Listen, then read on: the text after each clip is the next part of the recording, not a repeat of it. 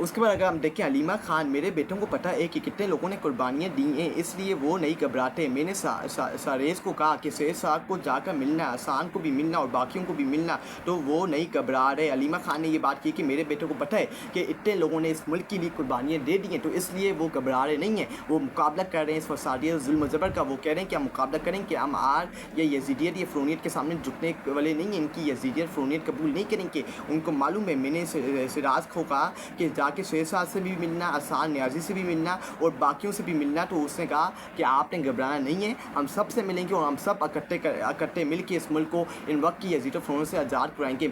मोहसिन नकवी, बेकारी माफिया के खिलाफ ज़ीरो टॉलरेंस पॉलिसी है। सऊदी अरब जाकर भीख मांगने वालों के खिलाफ भरपूर क्रैकडाउन किया जा रहा है। ये मोहसिन नकवी ने बात की है। आप सही है, आप करें, ये अच्छा है कि आप उनको पकड़ें, उनको जेलों में डालें, उनकी पर कार्रवाई करें, लेकिन सबसे पहले अपने वज़ीर-ए-आज़म कठपुतली ले ले, वज़ीर-ए-आज़म शहबाज शरीफ से इसका आगाज़ करें, क्योंकि उसने ये आदत अपनाई हुई है कि दुनिया के जिस कोने जिस मुल्क जाता है, भीख का कटोरा अपने हाथ पे पकड़ के दुनिया के ममालिक के पास जाता है और कहता है कि प्लीज़ खुदा का वास्ता मेरी मदद करो। ये हमारे वज़ीर-ए-आज़म ले ले कठपुतली शहबाज शरीफ की औकात है। तो पहले अगर कार्रवाई करनी है तो उससे आगाज़ करो, फिर बाकियों के ऊपर आना, फिर बाकियों के ऊपर हमला आवर होना, पहले जाके उसके ऊपर हमलावर हो, जिसने इस एक्ट को, जिसने इस कार्रवाई को बाकायदा तौर के ऊपर आगाज़ किया है। सबसे पहला स्टेप इस कार्रवाई का उठाया है कि हमारा वज़ीर-ए-आज़म जाता है जो उससे ममालिक और भीख का कटोरा उसके हाथ में होता है, तो पहले उससे कार्रवाई शुरू करो और फिर बाकी भिखारियों की ऊपर आना, जिन्होंने पाकिस्तान की बात जाके जिल्लत करवाई और पाकिस्तान को जिल्लत का सामना इनकी वजह से करना पड़ा है। 8 फरवरी को फैसलाबाद डिवीज़न के 4 अजला के 18 में से 15 सीटें पीटीआई ने जीती हैं। हो सकता है फॉर्म 47-45 का मसला हुआ पीटीआई की बात पर गौर करना चाहिए। वफाकी वजीर नून लीग की रहनुमा कमीर कैसर अहमद से की कैसर अहमद ये नून लीग का बंदा कह रहा है कि 8 फरवरी को फैसलाबाद के डिवीज़न से 4 अजला के अंदर से पीटीआई 18 सीटों में से 15 सीटें जीती है और ये हो सकता है कि फॉर्म 45 और फॉर्म 47 का मसला हो सकता है। पीटीआई को सुनना चाहिए, उनको बैठ कर उनसे बात करनी चाहिए। वफाकी वजीर नून लीग का रहनुमा कैसर अहमद शेख की बात कर रहा है, नून लीग का रहनुमा ये बात कर रहा है कि फैसलाबाद के ज़िला से ये पीटीआई की जो 18 सीटें फैसलाबाद में थी, इस ज़िले में थी, उसमें से 15 सीटें 18 में से पीटीआई जीती है और फॉर्म 45 फॉर्म 47 का मसला हो सकता है। पीटीआई की बात सुननी पड़ेगी, पीटीआई के साथ बैठना पड़ेगा। ये नून लीग का रहनुमा कह रही, कोई पीटीआई या पीपल पार्टी का, ये कोई और पार्टी का रहनुमा नहीं, नून लीग का रहनुमा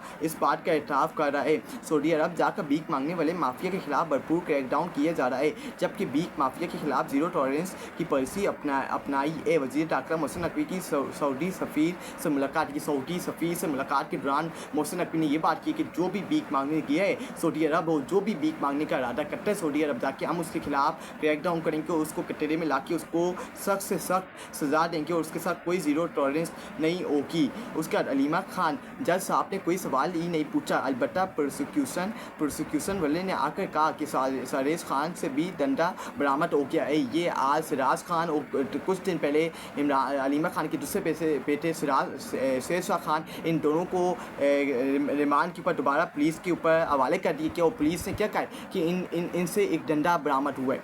ये हमारे मुल्क की ये अदालतें हैं कि उन्होंने एक डंडा बरामद होने के ऊपर पुलिस के हवाले फिर से कर दिया, उनको बरी करना चाहिए। ये क्या बात हुई कि 27 महीने बाद उनसे अलीमा खान के 2 बेटे शेर शाह खान और सिराज खान से डंडा बरामद हुए 9 मई के अंदर। क्या बात है, हमारी अदालतों को सल्यूट करना चाहिए और अदालतों की जो कार्रवाइयाँ हो रही हैं तारीख के अंदर याद रखी जाएंगी। उसके बाद अगर हम देखें हबीब अकरम, अलीम खान का असर व सलूक मास सियासी नहीं, इनका स्टेटमेंट के साथ ताल्लुक़ है, इन लोगों का कौन वली वारिस है। ये बात हबीब अकरम ने कहा कि अलीम खान कोई सियासी बंदा नहीं है, उसका कोई सियासत से ताल्लुक़ नहीं है। अलीम खान एक पाकिस्तानी स्टेट का बंदा है, लाउंच हुआ वाला बंदा है, इसलिए जो इसकी पाक की सिटी है, इसको जैसे ही ये लोग हुकूमत के अंदर आए, मरियम नवाज़ लोग या शहबाज शरीफ, इन्होंने दस्तखत करके इसको परमिशन दे दी कि जाओ रावी के रिवर के पास आप ये अपनी सोसाइटी बना सकते हो, लोगों का अरबों रुपया डुबा सकते हो और उड़ा सकते हो, लोगों के साथ चूटियाँ उनको बना सकते हो, तो ये इसको परमिशन मिल गई क्योंकि ये पाकिस्तानी स्टेट का बंदा है, ये कोई सियासी बंदा नहीं है, इसलिए इसको ये सोसाइटी बनाने की परमिशन मिल गई। ये हबीब अकरम ने बात की है।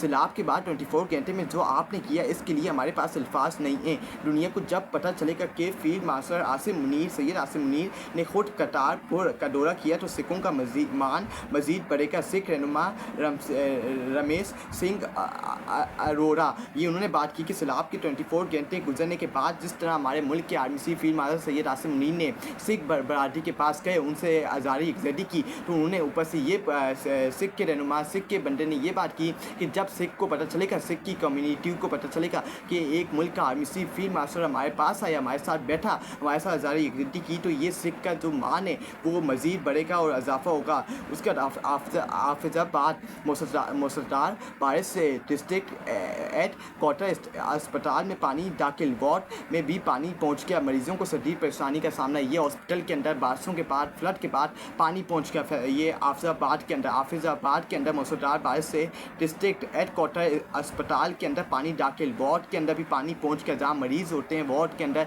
वहाँ भी पानी पहुँच गए। शदीद बारिशों के बाद मरीज़ों को शदीद परेशानी का सामना। ये है पंजाब हुकूमत की असल नाकामी, ये है पंजाब हुकूमत का असल चेहरा जो दुनिया के सामने खुल के आहिस्ता आहिस्ता करके सामने आ रहा है। उसका बेनज़ीर शाह